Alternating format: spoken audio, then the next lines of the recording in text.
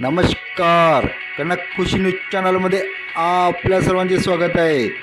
अदानी समूहाला 289 एकर जागा कडमेश्वरमध्ये AIचा वापर सांभाळून करा. 20 फेब्रुवारीपासून नवीन नियम लागू. केंद्र सरकारचे कठोर नियम. या बातम्या बघत रहा कनक खुशी न्यूज चॅनलवर डॉक्टर अतुल लामसंगेकडून. ताज्या बातम्या बघण्यासाठी कनक खुशी न्यूज चॅनलला सबस्क्राईब करा. हिंदी आणि मराठीतून देशविदेशातील आणि स्थानिक बातम्या बघत रहा कनक खुशी न्यूज चॅनलवर. तर आजच्या ताज्या बातम्या बघूया. आतापर्यंत आपण अदानी समूह पूर्ण भारत देशामध्ये वेगवेगळ्या क्षेत्रामध्ये फैललेला आहे हे बातम्यामधून, आणि सामाजिक औद्योगिक व्यवसायामध्ये सर्वात मोठा उद्योग म्हणजे अदानी समूह असं आपण ऐकत होतो. परंतु या अदानी समूहाने आता नागपूर जिल्ह्यामध्ये सुद्धा आपले पाय रोवणे सुरू केलेले आहे. मेघे ग्रुपचे त्यांनी संस्थासुद्धा घेतलेल्या आहेत आणि आता कडमेश्वरमध्ये अदानी समूहाला 289 एकर जागासुद्धा राज्य मंत्रिमंडळाने दिलेली आहे असा निर्णय झालेला आहे. अदानी समूहाद्वारे 70,000 कोटीची गुंतवणूक करत साकारण्यात येणाऱ्या कोल गॅसिफिकेशन प्रकल्पासाठी नागपूर जिल्ह्याच्या कडमेश्वर तालुक्यातील लिंगा येथे 289 एकर जागा देण्याचा निर्णय राज्य मंत्रिमंडळाने घेतलेला आहे. त्यामुळे आता या प्रकल्पाच्या कामाला गती मिळणार आहे. मुख्यमंत्री देवेंद्र फडणवीस यांच्या अध्यक्षतेखाली मुंबईत ही बैठक झाली. कोळसा जाळण्याऐवजी त्याचा मूल्यवर्धित वापर करण्यावर केंद्र सरकारचा भर आहे. त्याअंतर्गत कोल गॅसिफिकेशनच्या माध्यमातून LNG, मिथेनॉल आणि अमोनिया यांची आयात कमी करण्यात येणार आहे. यासाठी राष्ट्रीय कोल गॅसिफिकेशन मिशन आखण्यात आले. त्याअंतर्गत कडमेश्वर तालुक्यातील लिंगा येथे अदानी एंटरप्राइजेस लिमिटेड तर्फे एकात्मिक कोळसा वायूकरण व डाऊनस्ट्रीम डेरिव्हेटिव्ह प्रकल्प प्रसारित आहे. विदर्भासाठी हा एक ऐतिहासिक औद्योगिक प्रकल्प मानला जात आहे. या प्रकल्पाला पहिला टप्पा याच वर्षी सुरू करण्याची योजना आहे. नागपुरात नुकत्याच पार पडलेल्या ॲडव्हान्टेज विदर्भ खासदार औद्योगिक महोत्सव अदानी समूहाचे संचालक विमानतळाने जीत अदानी यांनी हा प्रकल्प वर्षभरात सुरू करण्याचा मानस व्यक्त केला होता. त्यानंतर लगेच मंगळवारी झालेल्या राज्य मंत्रिमंडळ बैठकीत या प्रकल्पावर 289 एकर जागा देण्याचा निर्णय घेण्यात आला. आपण सध्या चर्चेमध्ये आहे की आता सध्या AIचे युग आहे.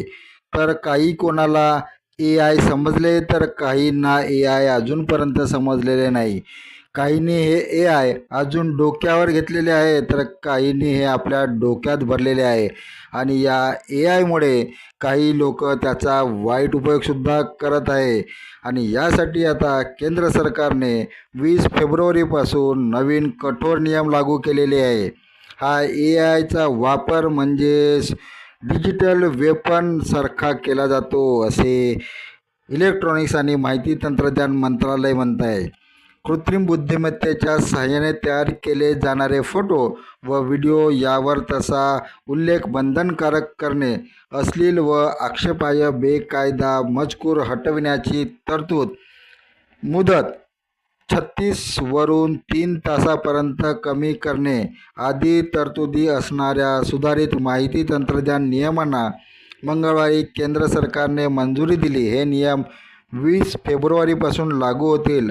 समाज माध्यमावर कृत्रिम बुद्धिमत्तेचा वापर करून पसरवले जाणारे अश्लील, बनावट आणि दिशाभूल करणारे फोटो व्हिडिओ डीपफेक रोखण्यासाठी केंद्र सरकारने हे पाऊल उचललेले आहे.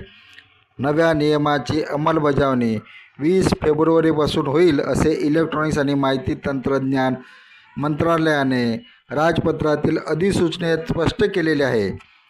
याच दिवशी नवी दिल्ली भरलेल्या इंडिया AI इम्पॅक्ट समिट या समारोह होणार आहे. समाज माध्यम कंपनींनी युजर्सना दर 3 महिन्यांनी प्लॅटफॉर्म्स नियम आणि कायद्यांचे उल्लंघन केल्यास होणाऱ्या शिक्षेबाबत इशारा द्यावा लागणार आहे.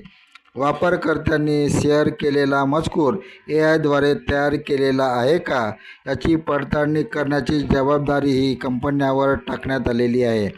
यातील काही महत्त्वाचे मुद्दे केवळ समाज माध्यमानेच नव्हे तर ChatGPT, Google, Gemini, ग्रोक यासारख्या AI टूल्सनाही नवे नियम लागू होणार आहे. 20 फेब्रुवारीपासून हे कोणते नियम लागू होणार ते आपण बघत आहोत. तर AIद्वारे बेकायदा मजकूर हटवण्यासाठी 36 तासाची मुदत आता थेट 3 तासावर आणण्यात आलेली आहे. त्याचप्रमाणे AIद्वारे अश्लील खाजगीपणाचे उल्लंघन करणारा मजकूर हटवण्यासाठीचा कालावधी 2 तासाचा असेल. AI किंवा अल्गोरिदम यांच्या मदतीने तयार केलेला कोणताही फोटो, ऑडिओ आणि व्हिडिओ असल्यास त्यावर तसे लेबल असणे अनिवार्य आहे. त्यामध्ये कायमस्वरूपी मेटाडेटा समाविष्ट करावा लागेल जेणेकरून तो मजकूर बनावट असल्याचे ओळखता येईल. AIचा वापर करून खोटे कागदपत्रे तयार करणे, मुलांची लैंगिक शोषण दर्शवणारा मजकूर किंवा स्फोटकाशी संबंधित माहिती पसरवण्यावर पूर्णपणे बंदी घालण्यात आलेली आहे. AIचा वापर करून निवडणुकांमध्ये हस्तक्षेप करणे, आर्थिक फसवणूक करणे किंवा एखाद्याची बदनामी करणे यासारखे प्रकार डिजिटल वेपन म्हणून वापरले जात आहेत. हे रोखण्यासाठी कडक नियम तयार करण्यात आलेले आहे, असे इलेक्ट्रॉनिक्स आणि माहिती तंत्रज्ञान मंत्रालयाद्वारे. धन्यवाद. आपण बघत होता कनक खुशी न्यूज चॅनल. कनक खुशी न्यूज चॅनलला सबस्क्राईब करा, लाईक करा.